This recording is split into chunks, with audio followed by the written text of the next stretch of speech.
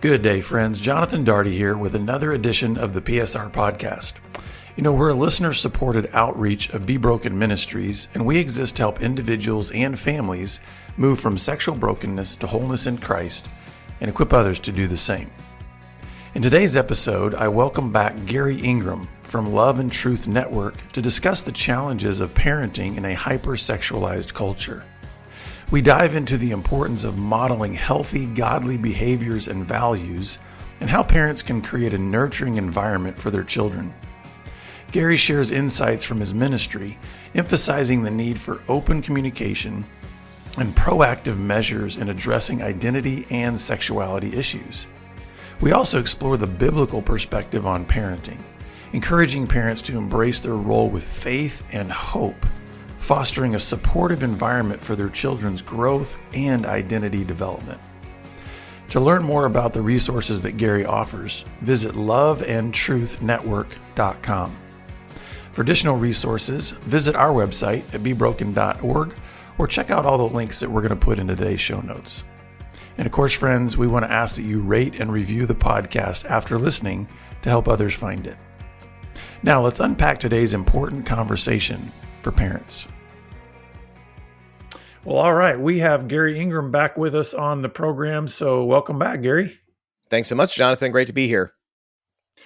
Yeah. So we've had you on before a couple times to talk about various aspects of sexual brokenness. We talked about when you had just released the book that is actually sitting behind you, Am I Gay? Yes, And we talked I know. about It's very subtle. we talked about that. But before we get into our topic today, which is hopefully going to be really, really encouraging for parents as they just try to navigate a hypersexualized, identity-confused world. Yes. What's new? What's been going on? What are some things that you just like to share with our audience about your ministry? Well, there's a lot happening with Love and Truth Network, as I think there are with all of these ministries, including your own. One of the things we've developed are several summits that we are offering to churches and at different conferences. One is the Sexuality in the Church Summit, which is an all-day event. Another one is on Walking with Those Who Struggle, which is primarily equipping pastors, leaders, counselors, others that want to be able to help others. And then our most popular one is actually called Parenting to Thrive in a Sex-Saturated and Identity-Confused Culture. And that one is just asked for, more than any other. And in that, we focus on two primary things. I'd say kind of a part B. The first two would be on prevention. And so we love getting young moms and dads, even couples who don't yet have children. We love getting them in the room to be able to talk about just ways that they can, I think, best create the soil of their family in such a way that is not foolproof. I mean, all kinds of things can happen, and we live in a sinful world with an enemy that is out to, I think, rob innocence as early as possible and destroy it. And thank God that He can reclaim us. But so we want to equip, especially dads, though, especially young men have no idea how vital their voice is and how vital their presence is to establishing their sons and their daughters in the good of the identity God gave them as boys and girls made in His image to become men and women one day. And then the second part of that is on recovery. How do we, as moms and dads, again, develop the best opportunities possible? Again, nothing's foolproof, but how do we develop those best opportunities in which we can help our son or daughter or various children come into alignment with the purposes and plans that God has for them. And then the kind of part B is, what do you do? Like my oldest brother is 20 years older than me. What do you do when you have siblings that are 10 years apart and 15 years apart? And the older ones, maybe we didn't do such a great job when we were parenting. We did the best we could of the older kids, but yet they've grown up. They're kind of off in the weeds and dealing with some real brokenness. And at the same time, we have young children that we're trying to raise up in a way that's different than the outcome of the older ones. How do we navigate that and that kind of in between place of prevention and recovery? Yeah, that's good. Before we get into, because I think a lot of times when we're going to be talking about a particular topic, you talk about parenting children and raising them in a sex-saturated, identity-confused world. And then it's real easy to immediately want to kind of like jump to, okay, what do I do in this situation and that situation and these Yes. kind of things? I'd love to first give the 30,000 foot biblical view and understanding of what is the responsibility and the role and the privilege of parenting. Like, can we just talk first about Yes. like what is God's design for parenting and the family?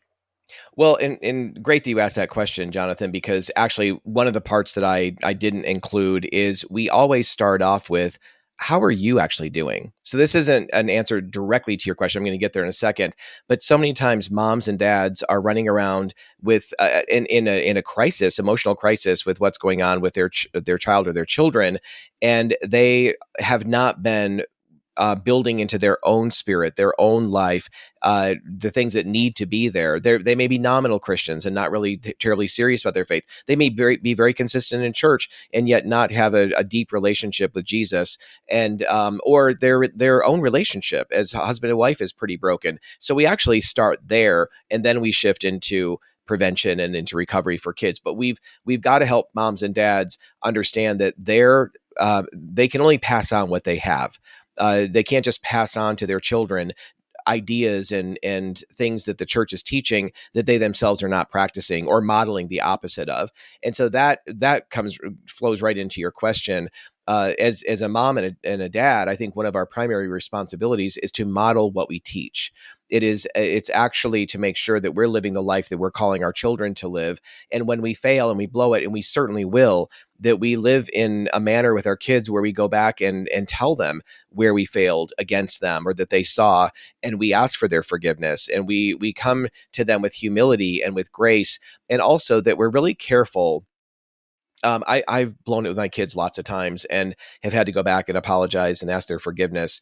And but one of the things I've really tried to do as a dad is when we're having a conversation and I'm trying to draw out whatever's going on in their heart. This has been true since they were 3 and 4 and 5 years old.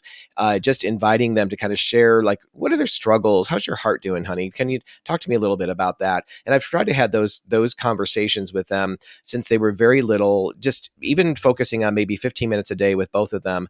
And over the course of time, that has established a lot of trust on their part toward me. And what I was starting to say earlier is I've tried very hard to, whatever they say in those moments, to not shame them, to not overreact to something that they say or share, especially as they've gotten older and have become teenagers. I want them to know that whatever they're wrestling with or whatever they're struggling with, we can work on together. But what they can't do is what so many Christians try to do, which is live a double life, or live a life that is they're working out all their junk between themselves and God.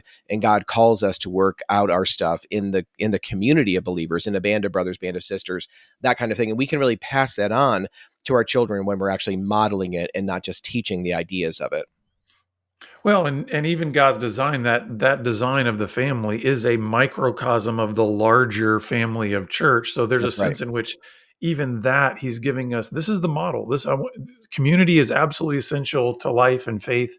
Yes. And I think sometimes it's just important for us to start from maybe one way to put it is like the positive view of things. Yes. The fact that Exactly. marriage is good, family is good, children are good, parenting is a good, noble vocation that God That's right. gives to us. So quickly we run to all the places where it's like, where are all the mistakes? How am I failing? What's wrong with my kids? And sometimes sin becomes the scapegoat when maybe Right. I'm just being irresponsible, Yes. whatever. And I wanted to at least start the conversation from a place of, it is so good that you are a parent or you desire to be a parent. Yes. Let's not Yes. let's not think that that's a bad, but in some ways that's part of, even, could you talk even about how that in itself could be a shift in the culture of sexual brokenness and confusion if we just started saying God's design for marriage and family is good. Well, absolutely. And, we know that the scriptures teach very clearly that children are a gift from the Lord. And so it's an opportunity for we and the body of Christ and Christ followers to shine as lights in a dark world, because we live in a world now that is, I mean, it's very much kind of death culture in a lot of ways, and a devaluing and a disrespect for the nature of life and even innocent life of babies.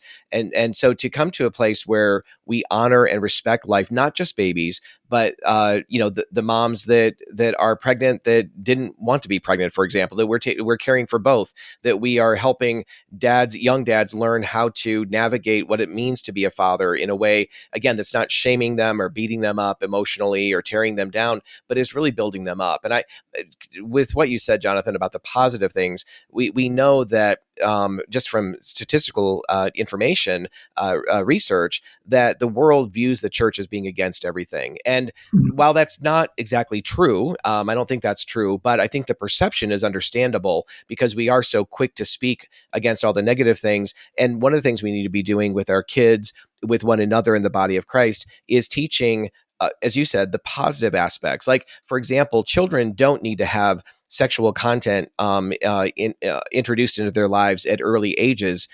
We need to be, I think, protecting children from that kind of thing, but we can be pouring in the positives of what does it mean to be a boy made in God's image? What does it mean to be a girl made in God's image? The equal value of that, but the uniqueness of that, and that we bring it up more than just on occasion, but that children Mm-hmm. really go into their schooling, whether that's homeschool, public school, Christian school, whatever, but they go into that life of 5, 6, 7, 8 years old with a real sense of purpose about who they are as boys and girls bearing the image of God. Yeah. So now, as we talk about the culture we're living in, I'd like for you to be able to share with us, what do you see as the challenges, and again, we're focusing mainly on the issues of sexuality. What do you see are the challenges for parents today that are the same as they were 100, 500, 1,000 years ago? And what are you seeing the challenges today that are different or unique or new?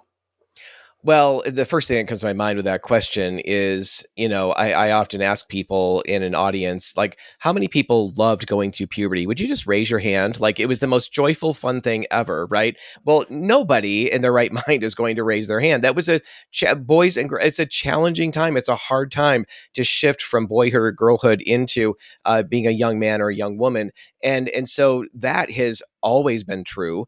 And navigating this increase of, especially for boys initially, this increase of sexual interest and desire and curiosity in a way that most weren't earlier on, and helping them with that, those things have always been true, I'd say. But today we live, of course, in a society that is in many respects working to, not in every corner, but in many, working to sexualize children at the earliest ages possible. And it's so defiling. Like, I look back on my own history, and because of sexual abuse and early sexualization with pornography at the age of 5 or 6, I don't remember a time in my life that my mind wasn't polluted with this Mm. garbage. And so I love the opportunities that we have, even in today's culture, to protect children, and to let them just enjoy the fun of being a kid and using their imagination in a way that's not warped, and being able to have fun and all those kinds of things, letting them be a kid for as long as possible. But again, it seems like puberty is getting younger and younger. The average exposure to pornography is always getting younger, it seems, and of course the darker stuff too, a few clicks away on the internet. So those are the internet, certainly, and all that goes along with that, social media. Those are always new challenges. I'm often telling parents or encouraging them, please do not give your kid a smartphone. Don't give them these Mm. devices along with their binky. I mean, they don't need to be sucking on a pacifier and learning how to to get along on your cell phone or other devices. We need to allow kids to be clear of those kinds of devices for as long as possible, to not get drawn into social media and a lot of it even impacts brain development, spending too much Mhm. time on these kind of devices. Yeah, I was going to say, I think one of the things that I see is that the speed with which somebody can develop this compulsive behavior around Yes. these types of media is vastly different than it was 100 years ago. Oh, I mean, absolutely. inundated 20 years ago. constantly with Yeah. data bits that we can constantly be viewing. And like you said, that even there's a biological effect with that too. It changes brain development and those kinds of things. Hmm. Now, it, you know, as parents, because parents are listening to this and they're I'm sure they got 1,000 questions that are Mm, very specific to their own children. I mean, isn't that the way all of us are? We're like, yes. yeah, yeah, yeah, that's great. What Right. about, who cares about your kids, Gary? My kids are in this situation. Exactly. What are the universal challenges when it comes to sexuality? You mentioned about, hey, puberty is one of these things that nobody really was thrilled about. It's always just an awkward, time. Talk to the parents though, because parents already know that, right? They've gone through. They're veteran teenagers, right? They've already gone through that. But talk to them now from the parenting perspective of what does it look like to create a calm, Yep. kind of sober environment for raising kids with all of the challenges of childhood and then transition to adulthood. I think one of the biggest things that I see that moms tend to do more naturally, and women tend to do, I think, more naturally, is knowing their children, sons and daughters, more easily and at a deeper level than most fathers do. Now, that's I said most because that's not always true, but I find that many dads, Christian dads, really wrestle with the concept of shepherding the hearts of children. I grew up in a Christian home and very grateful for my parents today. They've gone home to be with the Lord. But I grew up really despising a lot of things of Christianity in my own father in many respects when I was a teenager because I didn't understand it at the time what was going on. But the behavior management and the image management was so strong, and it wasn't. My home is a dime a dozen in terms of Christian homes. We can so easily focus on behavior management. In other words, what I mean by that is it's very common to focus on behavior Mhm. management. It's uncommon to really work with kids, especially as dads, in shepherding their hearts. And I would say that's something that the earlier we can begin doing that, that's why I love getting connected with young dads, young moms in this parenting course or something like it, is to be able to help dads understand the vital role they have to play at the earliest of ages. When children grow up with a dad who is strong as he should be, but also affectionate and tender. That combination of those things, when they grow up with a father like that, who blesses their mom, and there's a decent relationship. It's not going to be perfect, of course, but they grow up and I think they come in the ability to emotionally regulate in a family where mom and dad is really where they're really working as a team, and where dad is navigating and drawing out the challenging places of their own hearts over the course of months and years of time as they move into puberty. Like, they're used to that. That's common. They're known by their father. They know to go to him and to mom to work out difficult matters and details. And so I think the sooner you can do that and the more consistently you can do that, not in these big, huge, ridiculous ways, like of sitting down and having the sex conversation that everybody hates and is so awkward and kids wind up on the counseling, couch years down the road because of it. But we want this ongoing conversation that is deep, and but tender at the same time. And kids start to emotionally regulate better. They trust their parents more, and they bring the hard things up as they need to. Yeah, that's good. Speaking of bringing the hard things up, let's go ahead and try to address some specific issues that parents will have to deal with when they are raising their kids in a hypersexualized culture. And the first one that I really want to talk about is talk to us about what are some practical ways that parents can address the entire issue of identity. Now, I know that's an enormous topic, but Hmm. it is so front of mind for so many kids. No, even before they hit puberty, a lot of times there's just all this confusion being thrown at them from every direction about identity. Can you tell us what identity is and how can parents, Christian parents, help their kids navigate the truth of identity within a very confused culture? Well, yeah, I feel like I'll try to really be concise. I feel like this could be a 2-hour conversation, but what identity is, I do believe that sometimes we get hung up, even as Christian moms and dads, on a caricature of identity that is all men look this way, all women look this Mm. way, and if you deviate from that, there's something wrong with you. I think I am a firm believer that we were made male and female in the image of God, and those two are different aspects of the image of God, of equal value though, but different aspects of the image of God. And so that doesn't mean that I think men can have some more what's culturally thought of as or commonly thought of as maybe more effeminate characteristics. Maybe they like to cook, maybe they're interested in art, beauty, those kinds of things, but they're still men or boys that need to be affirmed as such, not treated and coddled as if they're gay or trans or whatever. And so the more I think we understand that there can be a diversity of how we express and live out our masculinity, it is still masculinity. It should not be confused with femininity and vice versa. So I think that's important. I also think, where the tomboys these days, they're almost non-existent because they've been labeled as trans or lesbian, right? So where are the boys that again tend more toward art and yet they still have a really strong sense of who they are as boys becoming young men?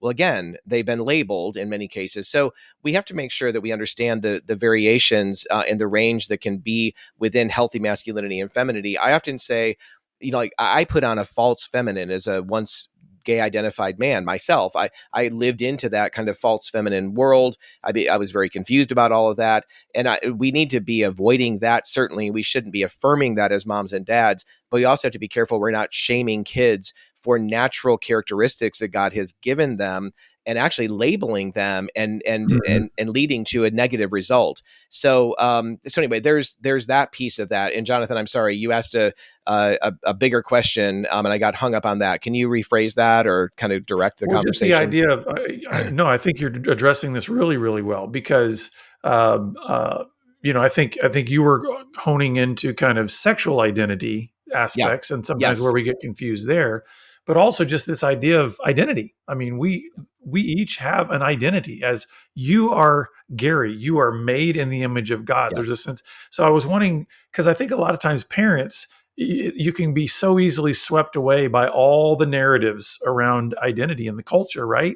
That then it's just this soup of confusion of like, but where is the anchor point? Where is the sense that maybe I'll pose the question this way: is identity something you create, or is it something that was given to you?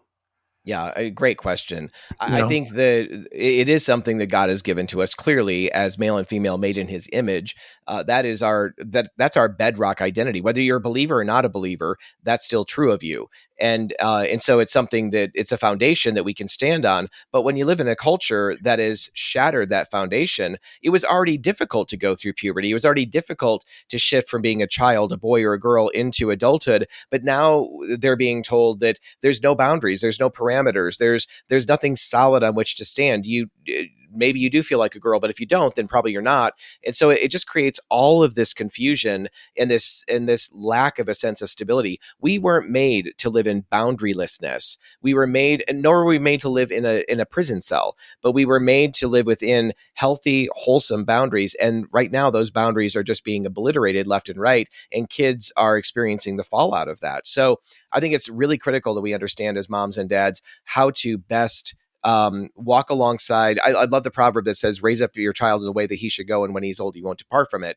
That I now understand that's a principle. It's not a promise that if you do everything right in a formula, nothing bad will go wrong in this. But I think it creates the soil in which that even if that child gets off in the weeds, they have the best soil that has been given to them in their childhood that has the greatest potential to draw them back again, as opposed to not having that soil there to begin with. But also that idea in the way that they should go. It's not the way that I think my son should go. Mhm. It's the way, how did God wire you to go? And I need to, as a dad, lean into that and seek to understand where I'm a steward. God made them, and these are children of God, especially, I mean, once they give their lives to Him. But how can I steward them in a way that gives them the best opportunity to excel? Yeah. And unfortunately, we won't have time to unpack every single bit of that because I know that then a lot of questions that parents will have is like, okay, but then what if my kid comes out as gay or trans, or how do I navigate that? And unfortunately, this short conversation, we're not going to be able to address all of that. Maybe we can have another conversation at some point in time to really Can I address. let me, I know it's quick, but let me Yeah. just interject this. For those parents that are in the place of recovery and feeling like, man, I blew it, God can still redeem. I mean, I was the Mhm. last person that anybody would have expected to come back to genuine faith. I was a bartender at a gay club. I'd left school and church and Bible college and pursued this life and thought this is what I've been searching for my whole life. But let me just back up and say, so recovery is still possible. But if you want the best opportunity as young moms and dads to lean into this, prevention is what you need to really be paying attention to. So I have parents who say to me, how in the world do your boys, are they satisfied playing video games twice a week for 30 minutes at a time and feel like that's a privilege? Because we didn't give them 5 hours a day, and endless, boundless time on television and those kinds of things. We really understood at an early age, we need to rein that in. And when they watch television, we're watching it with them as a family. And so we're watching the content, but we're also together. The earlier you practice these things in their life, the easier it is. You're not fighting with them to try to draw things back. So it's not too late if you're in a place of recovery, but the more you can lean into the prevention side, the better. And the theme that I think is coming out in our conversation here, Gary, is there's just a bedrock of relationship Yes. between parents and kids. I'd love it if there was a formula, right, or a pill or some kind of. But what I hear you saying is fundamental to everything we're talking about here is you've got to be connected to your kids. There's got to be a relationship there. So let's actually talk about another aspect, which is what a lot of parents are going to want to know about is things like screens and media and pornography. So what does it look like for parents who on the prevention side, but also maybe that line has already been crossed? How do they deal with that in their homes? Well, I think on the prevention side, the more like we have Covenant Eyes that we use for our devices, and I get a report every evening and go back and I look at that report and just check through what's been screenshot that my boys have. Most of it is them doing schoolwork. We homeschool. Most of that is them doing schoolwork online and that kind of thing, or researching something. But different things will pop up, and on occasion it'll pop up like as a yellow. Usually it's green, and I'll definitely pay attention to that. And invariably, what's happened there is I see the screen and I go back and talk with my son, and it's nothing major, but I talk with him because I want him to not forget that I'm getting these things regularly and I love him and trust him. But that's why I'm looking at these things to prevent him from experiencing the garbage that I did. So it's also about sharing your own life and your own story. A lot of times parents won't share, dads won't share with their sons or their daughters what they went through. And of course it's age appropriate, but I think it's really helpful when you've struggled with something, and it's common for dads with pornography or whatever, when you've struggled with something, to talk with your kids about not the details of it, but just what a powerful and negative force it was in your life, and how it was really difficult to get free, etc. And just let them know this is the basis on which I'm trying to help you and walk with you in this. Now, you also mentioned that's just one thing. Again, I just think kids need time to play and be active. They need time to imagine, and the less that their minds can be polluted with garbage, the more that their imagination is wholesome and is just fun. So be aware of who they're playing with. The challenge is being engaged, but then the other side of that is we don't want to be helicopter parents, and Mhm. so every parent has to navigate this in a way that makes sense for them. But those are kind of our two bumpers, making sure that we are engaged but also really trying to give them some freedom, especially as they've earned it, and letting them know I trust you and I want to continue to trust you. Trust is a very expensive and important commodity to have. You don't want to spoil that too quickly. So all these kinds of conversations are really important. I think you can also help kids come back from diving into pornography or other things. The sooner you get to them, the sooner that you find out that there was an issue. But once, I've told my boys all the time, you can never unsee what you have seen. And that's one of the reasons I try to really, your mom and I really try to prevent you from seeing garbage that's going to defile you and really feed into your flesh as well. Yeah, one of the things that struck me when I was going through my own recovery from a porn and sex addiction was how in the very beginning, when God created man, we were meant to have an innocence Yes. about our mind and our hearts. Yes. And notice that the forbidden fruit was on a tree that was called the tree of the knowledge of good and evil. Hmm. We were only ever meant to know good. Yeah. And so there's a sense in which you talk about kind of the corrupting nature of that. And I think the sooner that parents can try to train their kids that behind every temptation is a lie, like Yes. it's trying to get you to look over the fence and saying what's over that fence is going to Hmm. absolutely satisfy you. And the more we can sort of reclaim that innocence and preserve that innocence, it goes so much better. Well, and we've What also had countless conversations. That's the other thing. Yeah. We've had countless conversations about these different things in similar but in different ways. And the more of those conversations that you're able to have, meaningful conversations, not just as a dad speaking down to them, but dialogue back and forth, the more that it reinforces and gives them a foundation on which they understand, I don't want to go down that road. I'm getting pulled and tempted and I'm curious, but I understand what dad is saying through our conversation and dialogue, that it is something that is going to be destructive. Now, one of the things I want to ask about that, and this is, we got a few minutes left here, is I wanted to, because there's a lot of parents, that, especially when you start talking about topics like sex and even identity and all these kinds of things, it's easy to talk about like boundaries or software or kind of how can we cage our children in certain ways and like prevent them from, but how important is it, we've been talking about relationship, right, and conversations, how important is it for parents in age appropriate ways to share their own story of historical sexual brokenness or struggles or confusion as they are trying to raise their own kids to be those of sexual integrity? Yeah, I think it's essential to do that. And you mentioned the right phrase though, age appropriate. There's a series of books. I think it's 4 books that I think it's Stanton Jones and I think his wife wrote called. One of them is called The Story of Me. You can look it up on Amazon. We use those 4 books that talk about sexuality in a way that is age appropriate for kids. So those can be a resource. We didn't use all of them, but we used some of them, and we used different parts of them and they were very helpful. There's others that are out there now too. If they're truly Christian based, Orthodox based, I think they could be a good resource.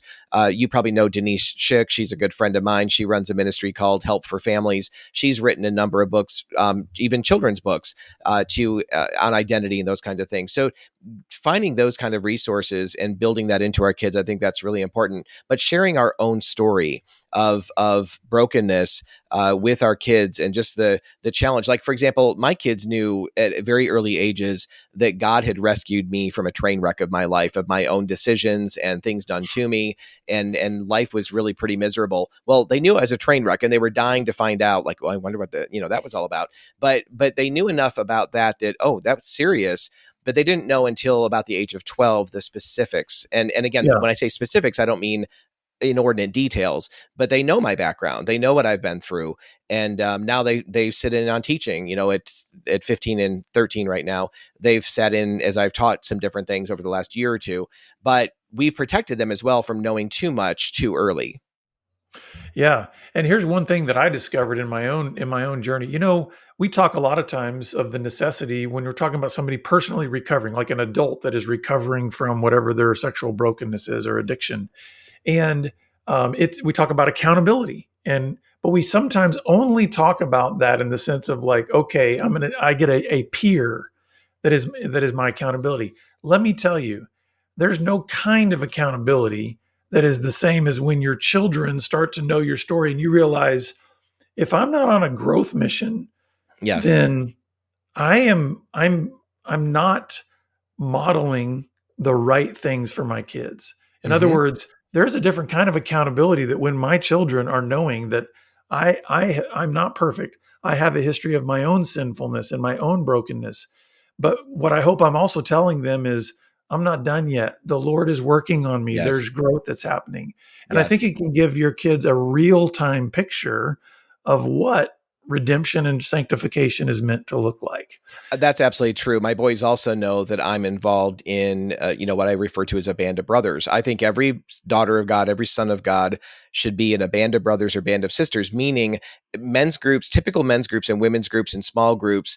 I think they're wonderful in many respects, but they almost never go deep enough to deal with the real issues that a person is wrestling with and struggling with. And so my boys know that part of my ongoing growth isn't just the accountability, but it's the relational connection as well as accountability with my band of brothers, that I'm able to be real and vulnerable. They're able to be that with me. We support one another. We're helping each other be better sons of God, husbands to our wives, and fathers to our children.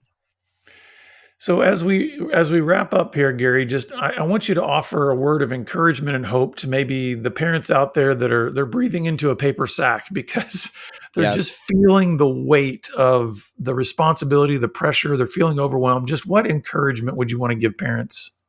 Well, I remember, my parents were those parents breathing into a paper sack, just kind of watching my life and desperate. They were people of prayer, my mom especially. And, but I believe that it's important that we gather others around us who can be praying with us, that we can be walking with, that we're not trying to walk this out with our kids in isolation without any real support. We need our own support. We need the oxygen mask that falls from, if we're riding in a plane, flying in a plane. We need, if the oxygen mask comes down, we're told to put our own mask on first, then help our child or whoever's with us. We need to make sure that we're getting the spiritual nourishment, the emotional connectedness that we need while we are preparing to, for the long haul to help our children. So, and even in this society, it is absolutely possible to raise developed and stable children who love Jesus, love their parents. My boys are teenagers. We have a great relationship. It's not perfect, but it's a great relationship. We can sow into that in ways that we don't have to feel like the desperation that there's no hope. There's a lot of hope with the Lord's help and the body of Christ around us. Yeah, it is still possible to have an existence Without of a peace, doubt. rest, and joy. Yeah, in we our are not lives that today. special that somehow it's so unique. No, it's available to everyone. Yeah. Well, where can our listeners and viewers go to learn more about you and just some of the resources that you offer? Sure.